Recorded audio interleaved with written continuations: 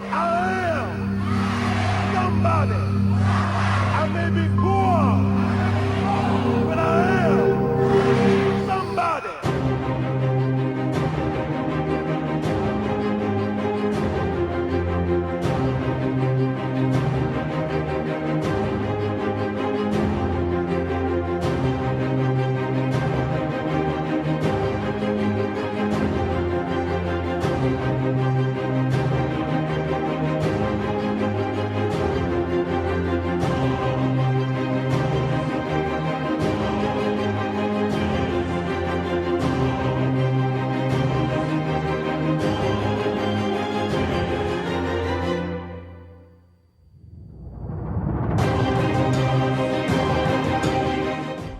Welcome to the Saturday Morning Community Forum. We're excited to bring you this Saturday broadcast each and every week. It's designed to inspire you, to inform you, and to encourage you to become engaged in the movement for social justice and civil rights. What do we want you to do now? We want you to make sure that everybody you know, everybody in your family, everybody on your block, your job, your school, has been counted in the census. Make sure that you're counted. Make sure that everybody you know, even the people on the bus, ask them, hey, are you counted? Are you counted?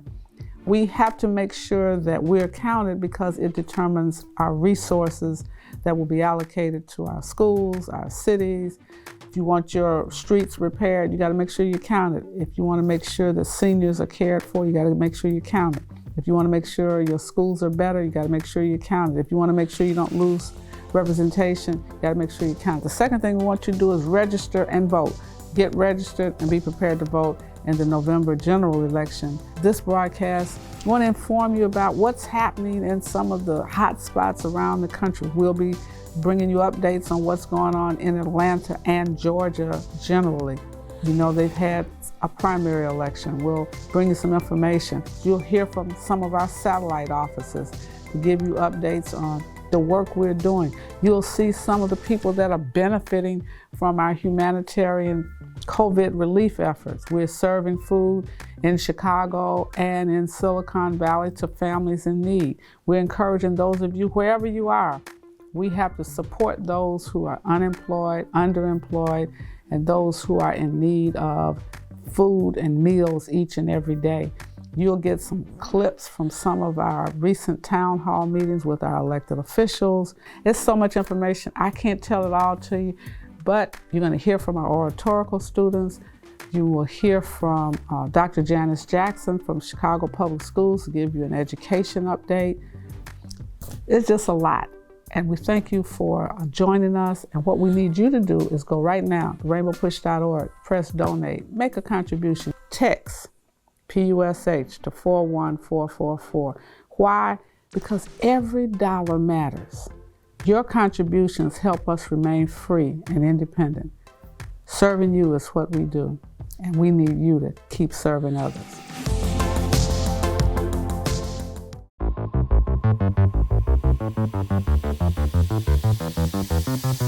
Good morning, my name is Miguel Perez Jr. I am Council Advisor for Green Card Veterans, and I'm also a student pastor at Lincoln United Methodist Church with Reverend Emma Lozano and Reverend Slim Coleman. We are here this morning at Rainbow Push Coalition to pick up this food donated to the people of our community for the Pilsen neighborhood and other areas that have been impacted by the COVID-19 pandemic, and also with the current events that's going on through the city with many people losing their jobs and the lack of resources for our communities. And we are so thankful to Reverend Jesse Jackson and the whole Rainbow Push Coalition for this opportunity they bring us to serve our community. Thank you very much. Hi, my name is Gabrielle Lewis, and I'm here with my husband, Gary Lewis. And we're filling in for Derek and Francis Ellis. They have an organization called ABT, which is a Better Tomorrow for Today's Youth, located in the Chicagoland area. And this program is good for the community because we're going to be able to help feed the people who are less fortunate at this time during this pandemic, and it would just be a great way to give back to the community. And thanks so much to Rainbow Push.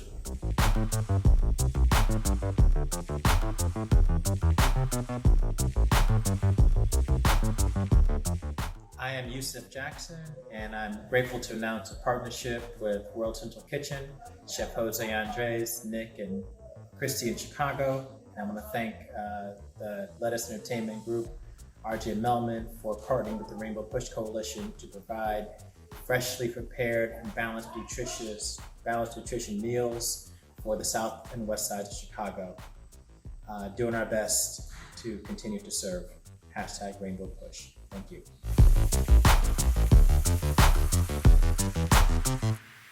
Hello, I'm Dr. Janice Jackson, Chief Executive Officer for Chicago Public Schools.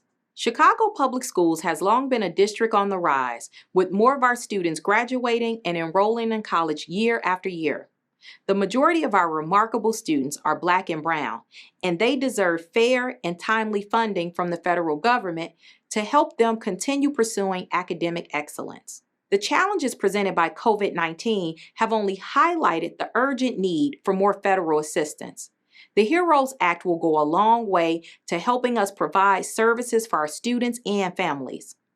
This legislation will build upon the CARES Act, which CPS has used to fund our grab-and-go meal program, clean our school buildings, and provide electronic devices for students who need them. The HEROES Act would provide more than $50 billion for K-12 school districts across the country to help fund critical needs such as counseling and mental health services, sanitation, and family and community engagement. It would also provide $3 billion to support school meal programs and up to $5.5 billion for Wi-Fi hotspots and devices, helping to bridge the digital divide. A lunch or a laptop should never be the difference between a student staying on track or falling through the cracks. And during this pandemic, we've seen how great the need is in our city. As we work towards getting our students back into the classroom, we know that many of them will need resources not only to bounce back academically, but to also work through the fear and trauma that this pandemic has caused. I want to thank our senators, Senator Dick Durbin and Senator Tammy Duckworth, as well as our delegation from the House of Representatives for their continued support and advocating on behalf of Chicago Public Schools and our students so that they receive the resources that they deserve. In addition to the HEROES Act, I implore them to also champion the Rebuild America Schools Act, which will provide over $100 billion in funding to create jobs that will address our highest need schools. We will not allow the pandemic to place a ceiling on what our students can achieve, but only through increased federal support will we be able to meet each one of their needs. We cannot forget that our students are the heroes of tomorrow. Thank you for listening.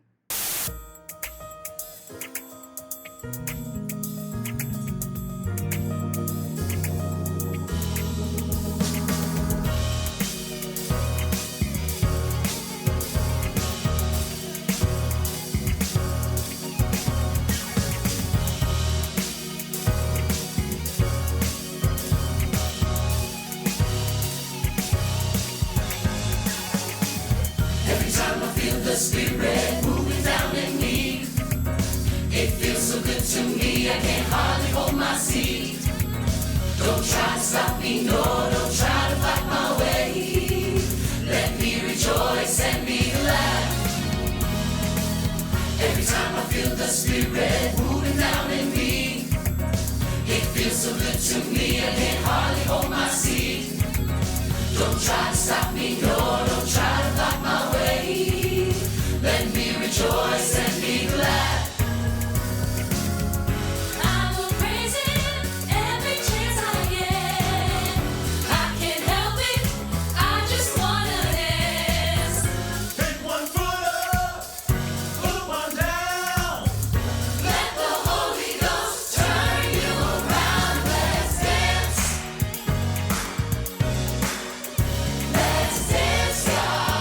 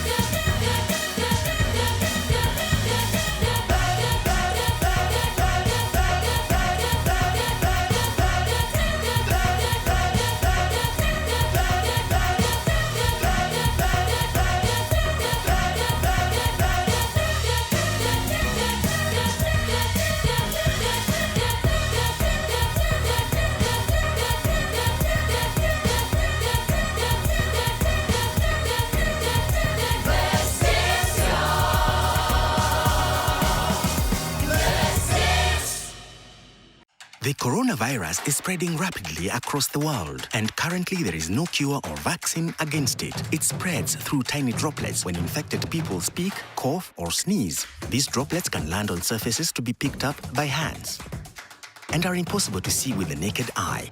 But just because you can't see them doesn't mean that they are not there. And you may get infected if you touch your face, nose, mouth, or eyes. To help stop the spread of the virus, we all need to do the 5. 1. Follow these steps to clean your hands with an alcohol-based hand sanitizer for at least 20 seconds. 2. Cover your mouth with your bent elbow whenever you cough or sneeze. 3. Avoid touching your face. 4. Avoid crowded places. Keep a safe distance from other people. 5. Stay home if you can, especially if you have any of the symptoms. For more information, visit www.who.int.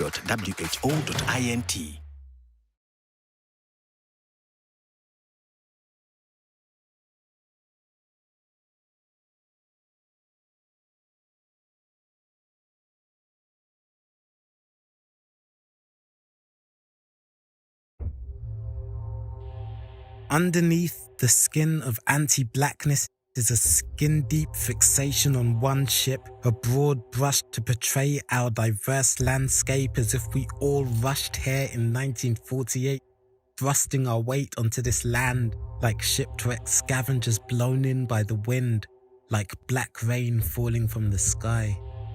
Underneath our British anti-black sky is the trope that we don't belong. This wrong assumption that ripped up passports and passenger lists under the auspices of a hostile environment that deported the British race to places that were never home and has still failed to compensate the majority with the authority, the audacity to delete lifetimes of existence. Buried under the skin of anti-blackness is Mark Duggan, is Tottenham, is London, and all the other youths whose lives were cut short before they got to have their day in court. Underneath are half-truths and news reports that skew opinions, photographs cut to only paint the picture of a villain, forgetting the human citizen underneath the skin. Underneath the skin of anti-blackness are police investigations on the family of the victim of a vicious racist murder while his killers languished freely on the streets for years.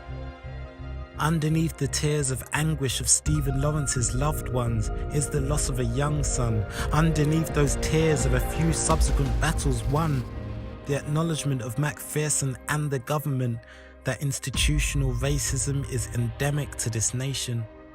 Beneath structural racism is an anger that burns from all the women and men killed and the blood spilled into the silence, is the self-inflicted stab wound, is the self-asphyxiation, is mysterious cardiac arrest, is Stoke Newington police station, is arrested, is detained, is beaten, is blamed, is disproportionate, is having to explain over again to ears that are tuned into the sound of their own blues and fail to make space for our songs to resonate to. Underneath the skin of anti-blackness is the cartilage that forms the backbone of this nation. Belittling of black excellence, distortion of national memory to erase the black experience, is simmering resentment at black achievements and celebrations. It's a failure to peel back skin-deep judgments. A failure to see my skin without just seeing migration. Or seeing migration without acknowledging colonialization. Is seeing only a chip whenever we open our lips. Is seeing only one voice when we are polyphonic, because I cannot speak for any skin but my skin, which I've had to grow thick to counterattack the possibility of shallow attacks. For just being black, for answering back. It was no walk in the park when Georgians cast their ballots on June 9th. Many voters, disproportionately Democrats and African Americans, spent 6 to 8 hours in line, patient yet peaked. At the Central Park Rec Center in Atlanta, I met Amelia Dobbs 4 hours into a grueling vote-a-thon. So I'm very disappointed after being a voter for over 50 years. It's getting worse, worse, and worse. It can't get any worse than this. John Dotson and his partner Yolanda Boris were just ahead of Ms. Dobbs in a line that encircled the park. They were livid. It is 9:56. There are now eight ballots counted. Scanned. Eight ballots. This is an exercise in patience, but also it's an exercise in will. And if the intention is to break the will, those people are not leaving. Inside, beleaguered poll workers struggled with a new, complex voting system that they hadn't even seen before the election. In-person training was deemed unsafe in the midst of a pandemic. Among other things, the passwords to log onto the machines, in plain view on the tables, didn't work. Marilyn Marks is executive director of the Coalition for Good Governance, an organization focused on election transparency and verifiability. We don't necessarily have fair and secure elections across the United States. And Georgia is the epitome of problem elections. Georgia becomes really the example at almost every level of what is wrong. For 18 years, the state used electronic voting machines made by Diebold Election Systems. The machines were widely used across the nation, even though experts proved they were easy for hackers to attack without leaving a trace. A federal judge is ordering Georgia to stop using its outdated voting machines and in August of 2019, a federal judge ordered the state to scrap the flawed machines for something more secure and verifiable. So the state spent more than $100 million to supply every county with so-called ImageCast machines made by a Canadian company, Dominion Voting Systems. They are ballot marking devices, meaning voters make selections on a touchscreen and ballots are printed with choices embedded in a QR code and listed in plain English. The paper ballot is then scanned and counted. But election security experts say that is not the case. It's a computer, and you have no idea what's in the computer, and you have no idea what the computer is doing with the information that you give it. Rich DeMillo is a professor of computer science at the Georgia Institute of Technology. He tried to stop Georgia from buying the Dominion system, now used in 24 states. A ballot marking device is, in the first place, an extremely expensive pencil that will make mistakes, that is prone to failure, that is prone to misuse. And if it fails, if it's misused, you have no way of telling. If you use a ballot marking device, you don't have the original record of voter intent. Are you concerned the system can be hacked? No, we never take anything for granted. We are very vigilant. We understand that elections are tempting targets for hackers. Indeed. At the hacker convention DEF CON, they have been making virtual mincemeat of electronic voting machines for years. Legendary white hat hacker and election security consultant Hari Hursty was part of the exploits. You can introduce races which don't appear as when they should be. You can change the design on the screen to be misleading and confusing the voter. When the voter is making the selections, are those selections recorded accurately? The new voting system also includes electronic poll books made by a St. Louis company called KnowInk. Election officials say the devices frequently shut down and showed polling information for the wrong election, creating more havoc. But they also come with security concerns. They are iPads that connect to the internet to download the database of registered voters. How big a concern is that?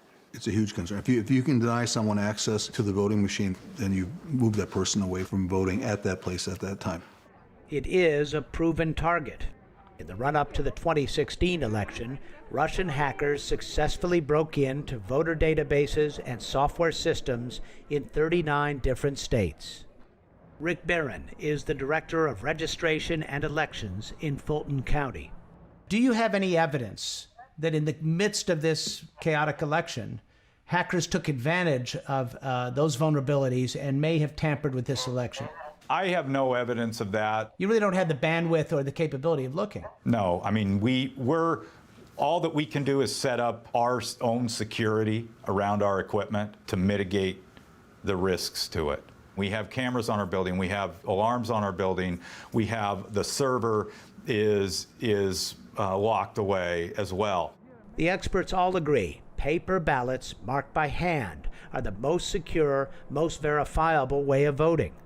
More than 1 million Georgia voters chose to do this at home this election. For those who didn't receive their ballots or chose to vote in person, the expensive, complicated, vulnerable machines created a huge bottleneck at polling sites, and there were many fewer of them. In Fulton County, 34 sites opted out because of COVID-19 concerns. With Democrats turning out 4-1 over Republicans, it was a recipe for scenes like this: long lines of African American voters. Corey Campbell waited 4 hours in South Fulton County. I feel like they're just trying to discourage people of color or of minority to not vote, because that's the agenda that we're trying to push to especially younger people of color and minority. So, and it's very important. They know how important it is, so they'll do anything to throw a rock in the process. With 4 to 5 million Georgians expected to vote in November, this primary election offers a stark warning of electoral chaos ahead. We had to deal with the issue of voter suppression in the state of Georgia. And now you guys know I try to be fair. I try to play it right down the middle. We've had Governor Kemp on the show. We've had Secretary of State Raffensperger on the show before the moving of the last primary because of COVID to talk about what was going to happen in this primary election. And they assured us that things would go smoothly. They said that they were investing $104 million into modernizing the Georgia voting system that had not been updated since the year 2000 after Bush v. Gore. We would have all new machines. We'd have brand new training. Things would run smoothly. It didn't happen. We saw in the middle of a worldwide global pandemic that has killed 115,000 Americans, folks standing outside for up to 6 hours in order to vote. People who requested absentee ballots never received them, including me. People who were on the ballot as candidates. Maya Dillard Smith, a candidate for Senate, a black woman who was running in that same race with John Ossoff. The morning of the election, she checked her voter page and it said she was not registered to vote. Rainbow Push board member C.K. Hoffler, president-elect of the National Bar Association, was in line for 5 hours at her voting precinct in Brookhaven, trying to vote. We started getting calls at 6:50 in the morning before the polls even opened from around the state reporting irregularities, problems with machines, the inability to vote, lack of poll workers, moving of polling locations at the last minute without telling anybody. And so there's only one of two reasons that this could happen. It was either sheer, unprecedented, criminal levels of incompetence and stupidity at the highest levels, or alternatively, an intentional plan to suppress the votes of African Americans in order to skew the outcomes of these primaries to help the GOP in the fall. Why do I say that? Look at the demographics, folks. I had a law professor, Gottfried, in law school, who would always say, if it won't right, then it is wrong. If it won't right, then it's wrong. So if you look at a state like Georgia, Georgia, as of the last census, is 32.4%, almost 33% African American. It is 10% Latino, 5% Asian, 52% women, one of the largest LGBTQIAPK, NC, NF, MB, GF, TA communities in the entire country is located in Atlanta and throughout the state. So if that is the case, how in the hell is it that we have not elected a Democrat statewide since 2008 when Thurbert Baker won for Secretary of State? 12 years without a Democrat or a minority winning a statewide office in a state that is 49% minority, 52% women. How does that make sense unless you have one party that is stacking the deck against the other? We have constitutional majorities for Republicans in the House of Representatives. In the Senate, they control the statewide elected offices, including the governor, secretary of state, and every other statewide office. They have a stranglehold on the judiciary in the state. despite not having the demographic numbers to justify it. So they're not winning on the ideas. They're not winning on the field of play. They're winning with the refs. And what Reverend Jackson has always told us, Reverend Jackson will be on at 3:30 to give us a couple words of wisdom. But what Reverend Jackson's always said is that voter suppression is not about, Bull Connor sitting at the door with dogs and hoses not letting people vote. It's about skimming. It's about skimming off 5 votes for every 100 votes, 10 votes for every 100 votes here and there. So how do you skim? You purge the voter rolls, and then you wait for people to reapply, and they might reapply, they might not, or they'll show up on election day not knowing they've been purged and get a provisional ballot, which we'll find in the Chattahoochee in a couple weeks. You skim votes by changing precincts at the last minute and knowing that many people, many poor people who have turned out that morning to vote, well, now they have to find childcare. They are frontline essential workers who are not off from work or not able to work from home. So they can't stay in line 5 or 6 hours. So maybe for every 100 people in line in that precinct, 5 to 10 go home. And if that happens consistently around the state, you have now done a 10% swing in the eventual electoral totals. So this is about skimming those votes off in order to change that demographic reality to make it easier for one party to win versus the other. That is how you get a constitutional majority without having the demographics to back it up. We've seen this happening in Georgia for the past 20 years. I remember when I was in college, back then it was voter ID. Oh my God, we have to make sure everybody has a voter ID in order to vote. And guess what? The voter ID costs $10 to get from the state. And if you're poor, that equivocates to a poll tax. Got that struck down in court. Next, we had redistricting in 2010, where they were able to jangle around and gerrymander these districts to the point that they are completely non-representative of the actual composition of the state. Pack all the black folks into one district that couldn't make 3 districts, so now you have 3 Republican districts and 1 Democratic district, effectively giving a 3-to-1 majority despite having the exact same number of people voting. That's how you jangle things around. That's how you suppress the vote. These are the games that people are playing around us. So what has to happen? There have never been any penalties for voter suppression. We accused Kemp of voter suppression, and he got a promotion, promoted from Secretary of State up to governor. So we have to make there be repercussions. And that's why the Rainbow Push Coalition, along with a coalition of other civil rights organizations, is demanding the immediate termination, firing of state's election chief Chris Harvey, and the resignation or recall of the Secretary of State Brad Raffensperger. Because understand, only with consequences will people realize that you cannot continue to play around with our votes. If you look at the statute, in order to recall an official in Georgia, you only need 15%. You need signatures of 15% of the people who voted in the last incumbent election. In this case, that would be 600,000 signatures that are needed.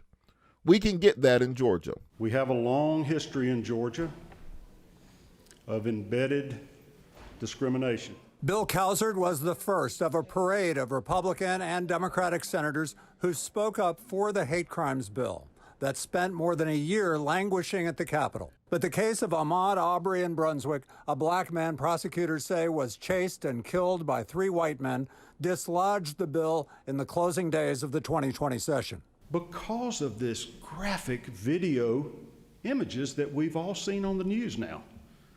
That makes this an undeniable problem and injustice we can't continue to tolerate. The hate crimes bill passed the House last year with a modest list of protections, including race, religion, sexual orientation, and disabilities. Last week, Lieutenant Governor Jeff Duncan proposed doubling the size of that list. Late last week, Republicans added first responders, which infuriated Democrats. Now the hate crimes bill is back to its original list with a new bipartisan provision that adds a hate crimes database. The data piece of this is important so we can know where the actual hate crimes taking place in Georgia. The support was bipartisan but not unanimous. Republican Senator Bill Heath quoted scripture and questioned how useful a hate crimes law would really be. I don't think we're doing anything, folks. This is a very complicated issue, but we seem to be complicating it even more, and perhaps some feel good about that. When we already have laws on the books that increase the penalty for crimes committed against that particular profession. And to only add to that in this moment signals to us that Black lives really just do not matter. The vice president of the Anti-Defamation League calls the statute a defining moment in Georgia history with a clear message. We are going to value you as an individual, and we're going to protect you. But everyone agreed the bill is just the beginning, one piece of a much larger puzzle. We must continue to stand together. We must continue to support and make sure that we get change. We just can't stop. Good morning. We are in the midst of a major drive to get more members, more people engaged and involved in Rainbow Push, supporting the programs of Push for Excellence and the Citizenship Education Fund. If you're interested in public policy and you want to help change the policies that impact those incarcerated, change the policies that impact students attending colleges and universities. If you want to be a policymaker, then you need to join Rainbow Push and join by paying your $35 right now. Some of you watch us every week. You listen to us on the radio. You're viewing us in social media. We need you to become a member. It's only $35 a year. If you believe in the scholarships that we give to thousands of students each and every year, we've awarded more than $10 million to scholars year to date. What do you have to do to give and support Push? It's really very simple. You can go to rainbowpush.org if you're on a computer and press donate. Give any amount. Every dollar is important. You want to talk to somebody, call us at 773-256-2775. You can give right now, any denomination that you choose. You can text the word PUSH, P-U-S-H, to 41444. Text on your cell phone. Most of you have a cell phone. Just text PUSH, P-U-S-H, to 41444, and you can give any amount that you feel comfortable giving. Or call us 773-256-2775, or go to rainbowpush.org and just press donate. Wherever you are, you can support us as we keep pushing for you.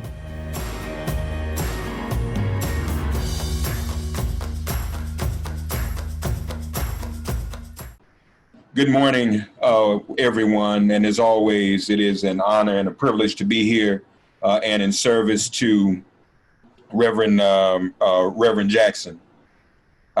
We are thankful once again for him. We want to begin with Reverend Jackson. We actually want to begin, we have a bit of interesting breaking news. You know, our struggle is complex. We have to look at it in all ways. And so there's been a lot of conversation about the Aunt Jemima pancake image, and the family is speaking out. First of all, good morning to you and welcome, Reverend Jackson. What is going on with Aunt Jemima's family?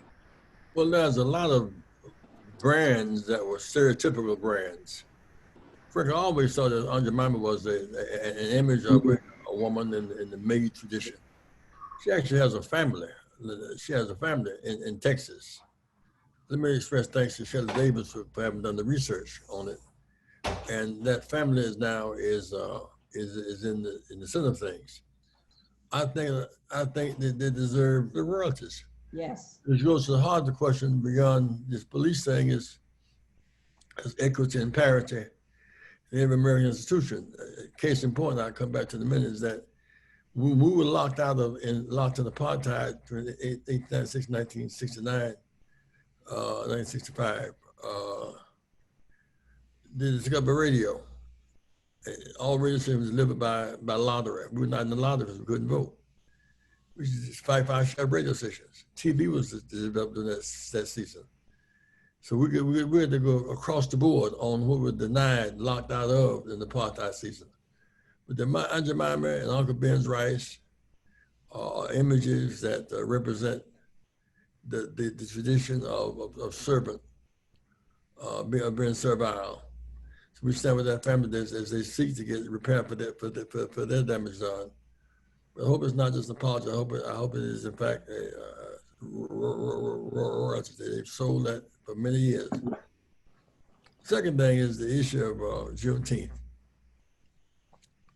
My concern, frankly, Barbara, about the celebration of Juneteenth, two things. Number one, slavery didn't end that day. That's right. 1969, the Clotilda, the ship was off the coast of Mobile. It was still smuggling our people in 1869. That's right. Even beyond that. I think that some of the Juneteenth celebration takes folks away from January the 1st, 1863. I for one, have been said that the breaking point of this thing was January 1st, 1863. I mean, the full weight of the government said 6 years after Plessy, after Dred Scott, you're citizens. The full weight of the U.S. military behind you. You have the right. If you leave your plantation, they try to stop you. You can shoot your plantation boss. Mm-hmm. That's a lot. Saying a lot. You can join the military.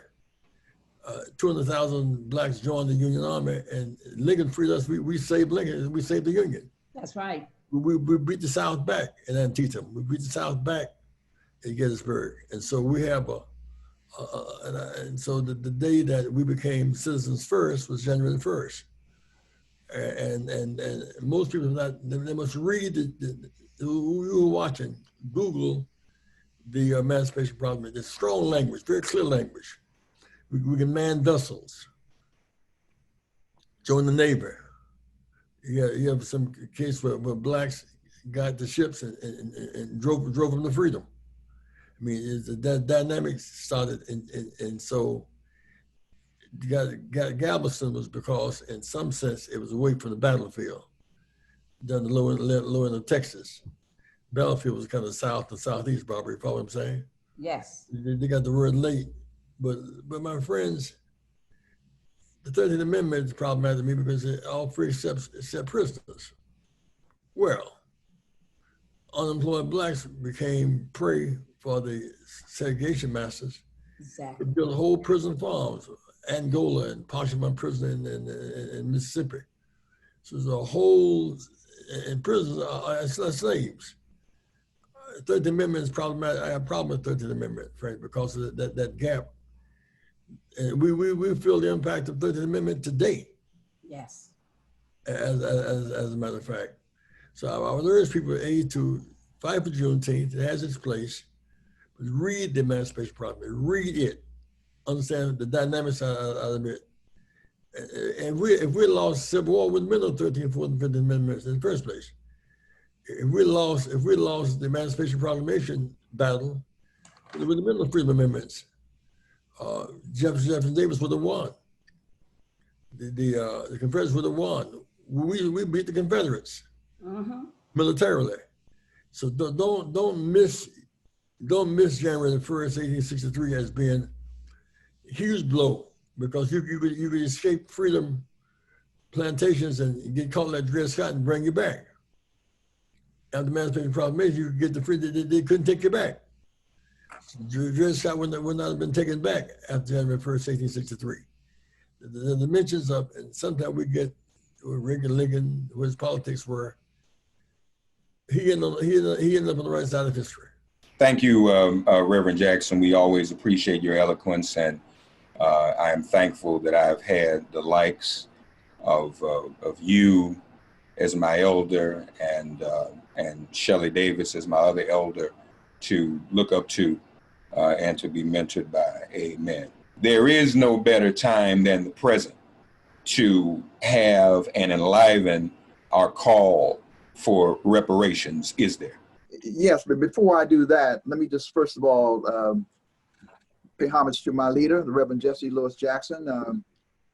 Not only ran for president, but paved the way for presidents. The first African-American president. I was honored to serve as executive director of the Rainbow Coalition, deputy campaign manager, one of the great experiences of my lifetime. I also want to invoke the name of Dr. Conrad Worrill at this moment, because Dr. Conrad Worrill was a fearless warrior, organizer, and a charter member of the National African American Reparations Commission. And I want to recall, Reverend Jackson, that in April of 2014 in New York, you were there for the first meeting of the National African American Reparations Commission, as we rallied literally hundreds of people in New York. We brought people from over 22 nations from all over the world to establish, again, the National African American Reparations Commission. So I just want to have you remember that. You made a memorable speech on that occasion, and you've always been on the case for reparations. So, no, Juneteenth is it's not just that it's Juneteenth, it is what is going on at the moment. As you have said, it is not only the COVID pandemic, it is a police murder pandemic. And all of the things that have been exposed by this moment in terms of the disparities, in terms of the inequalities, and in terms of the long-standing history of our oppression, which Reverend Jackson referenced. Ever since we landed on these shores, we have been under police surveillance, police oppression from the very beginning. And there's a way in which, in some ways, you know, it can become, it has become normalized. Of course, Michelle Alexander pointed out in this most recent period that, you know, it's no accident that we're being over-policed, because the new Jim Crow talks about, you know, the fact that the war on drugs has been a war on us. So this is the moment to push. And let me just say that Juneteenth is getting popularity now. I agree with Reverend Jackson that, you know, Emancipation Day is the more fundamental day, but I'm always one who thinks that we can do, it's not either or. If I had my choice, I would push for for January 1st as a holiday. But it begs the question, why haven't we been doing that? I mean, in my church, I'm always pushing. When I grew up, Emancipation Day in the Black community was a big day. It receded. So in a real sense, part of this is because we have not ourselves pushed for it. So I don't think there's a contradiction between these 2 days. I'm glad that many more people are now learning history and so forth. Juneteenth is everywhere. The red, black, and green is flying. So we seize that moment and we move forward. And I guess my final thing is this. I don't want Aunt Jemima, I don't want Uncle Ben's, I don't want any of that. But at the other end of the day, I would rather have my choice. We want reparations. Because at the end of the day, we can get lots of symbols wiped out. We saw in Florida, Nikki Haley was celebrated for pulling down the Confederate flag. And then she went on, as you would say, Reverend Jesse Jackson, and then implemented apartheid policies. So the symbolism becomes, you can have people who get really happy about, you know, we did this and we did that. We want those companies to come up even now, you know, and begin to talk about how they can repair the damage. And I guess I am lying. I'll say one more thing. Tulsa. How is it that for almost 100 years, the greatest mass massacre and destruction of property in the history of Black people could have lingered that long? So there is a place, a sort of a symbol that we ought to be fighting for. It is to make sure that that our ancestors, in fact, in that form we had, their blood cries out for reparations, and we ought to be absolutely fighting to make sure that if there's any place at the local level other than federal, it ought to be Tulsa, the resurrection of Black Wall Street, and make our ancestors dance again, because they have been forgotten for too long. But let me thank the Commission on Reparations that Dr. Daniels leads and that I am so proud of in COBRA, and all of the advocates. Let me thank Dr. Julia Malveaux.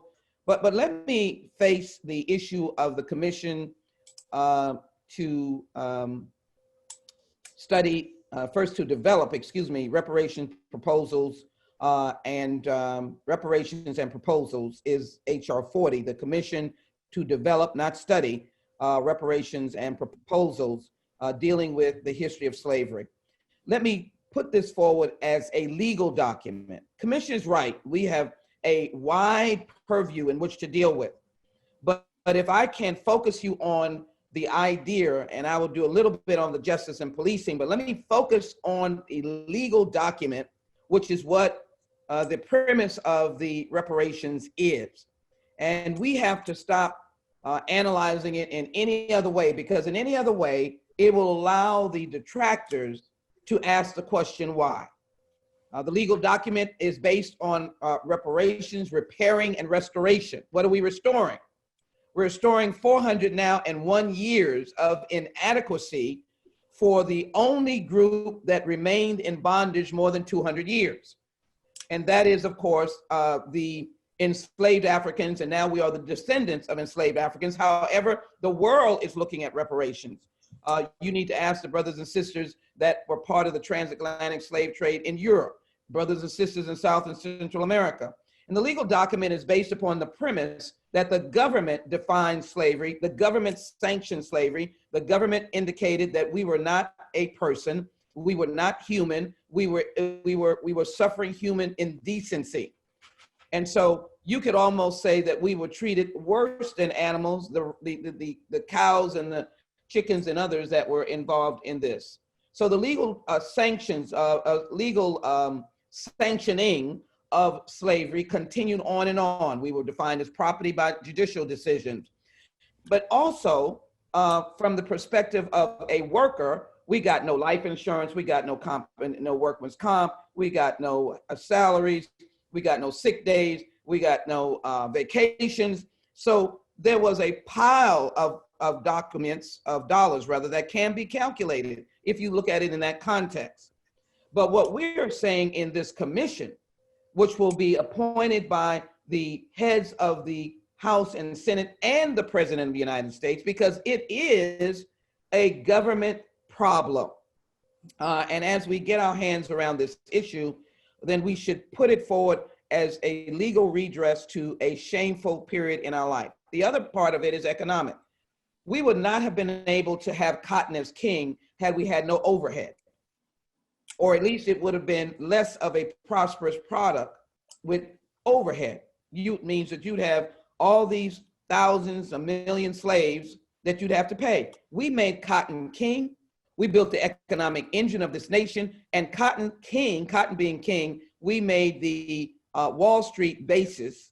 That was the foundation of our original money, was the export of cotton, which was relished around the world.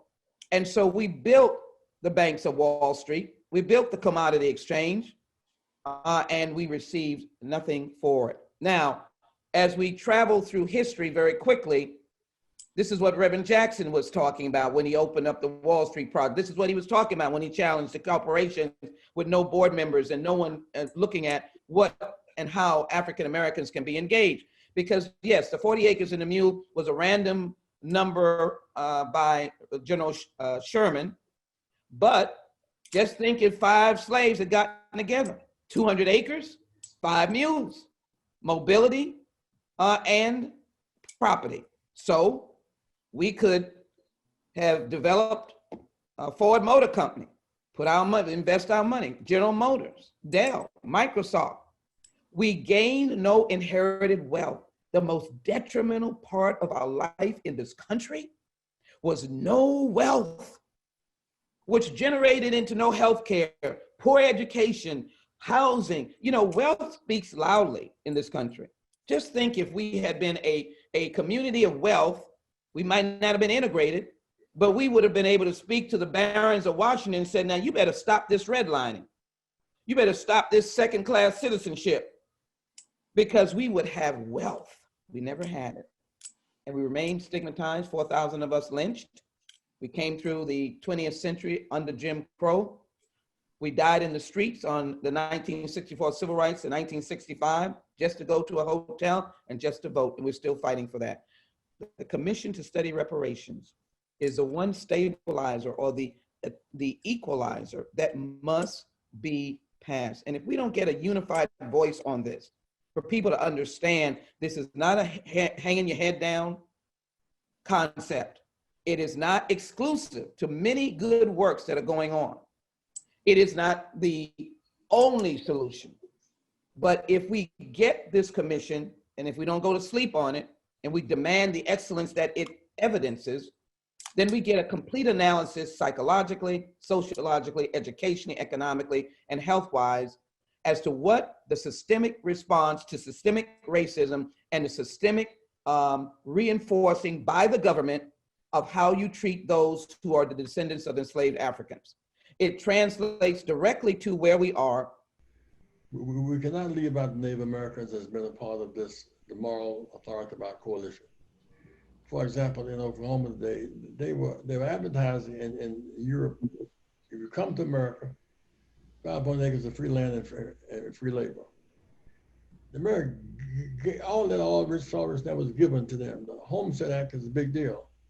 Right. When we got it, we burned out. Homestead Act is a big piece of it. That's right. And those government largesse, run you up with that.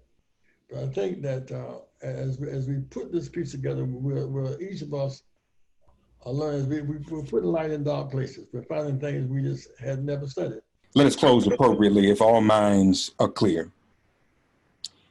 God, we ask you to receive in the cradle of your arms those who've passed away from either the coronavirus or the cops' violence. Please comfort and strengthen their loved ones with insurance that the one you sent will bear their burdens and faithfully bring forth justice. Guide us to empty their tombs and resurrect those who've died by continuing our own freedom fighting to change the conditions which caused their deaths. And as we leave each other to go about our respective days, Lord, you are our refuge. Let the ancestors linger to guard our doors and render impassable our very thresholds to virus and violence, to Rona and racism. We call especially the names of Dr. Conrad Worrell once again, and especially also as we've discussed reparations, Lord, we're thankful for Reparations Ray as well. We are more than Corona, we're more than the cops, because we're more than conquerors. We stand on the shoulders of our ancestors, and in the name of Jesus Christ, hope of earth and joy of heaven, it is in their names we pray. Amen. Where we'll go, we're going to go into a period of violence here. Mm-hmm. Trump is itching for a race riot. Yes. That's what going to Tulsa is about. That's what going to Florida where the KKK reigns supreme is about. We was very careful during this season. They watched us march the last 2 or 3 weeks, and they're itching to get involved in this action. They invaded our ranks with throwing bombs. I mean, the people who marched on George Floyd were not violent. The violence came really from was in the the alt-right invaded the marches. We beat them out, got them out of the marches, so they've been non-violent at the time. But we're going to a season of real violence. They really do plan. They walked into the Michigan legislature with AK-47. They're going to shoot some people to provoke a riot, and that would be Trump's card as a nation. Don't be unaware of the fact that we've had a tailwind behind us since George Floyd's death. We're going to face a headwind in terms of violence. Please be aware of that, my friends.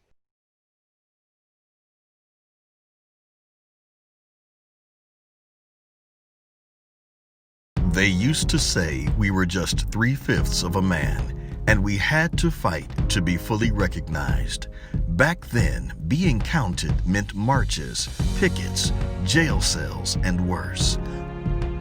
One way you can show we count in less than 10 minutes is to take the 2020 census. Be a warrior for your community. Be counted and make certain adequate funds and political representation are allocated to your state and your neighborhood. Just select one of these easy options. By phone, call 844-330-2020, online at mycensus2020.gov, or simply mail in your survey. Never forget, you are somebody. Don't delay. Take the census today. I am somebody. Dr. Kim, I went to jail with a group of 7 students July 17th, 1960, almost 60 years ago. We never stopped moving. I lost a few of jail cells and death. We never stopped moving. I thought it was time to write some of it down so the older generation can learn how we did and what we did and how global it was. Whether speaking about Mandela in South Africa, India, Qatar, Gandhi in India, here at home. This book tells the story, so please get it and give it to your friends. Read it, let's argue about it, let's discuss it. Yep, so the book is Keeping Hope Alive, Sermons and Speeches of Reverend Jesse Jackson Sr. It's quite a good collection. You know, we've got sermons and speeches from around the globe because you have made such a global impact, not just here in the U.S., but around the world. Thank you for tuning in to our International Saturday morning broadcast. We need your support. Here are ways to give to Rainbow Push Coalition. Text PUSH, P-U-S-H, to 41444 to support the work of Reverend Jesse Jackson Sr. and Rainbow Push Coalition. When you shop, Amazon gives.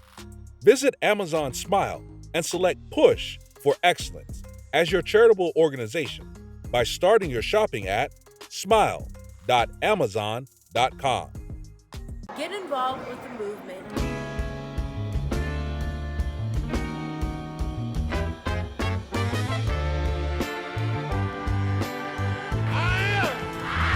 Somebody. I may be poor, but I am somebody.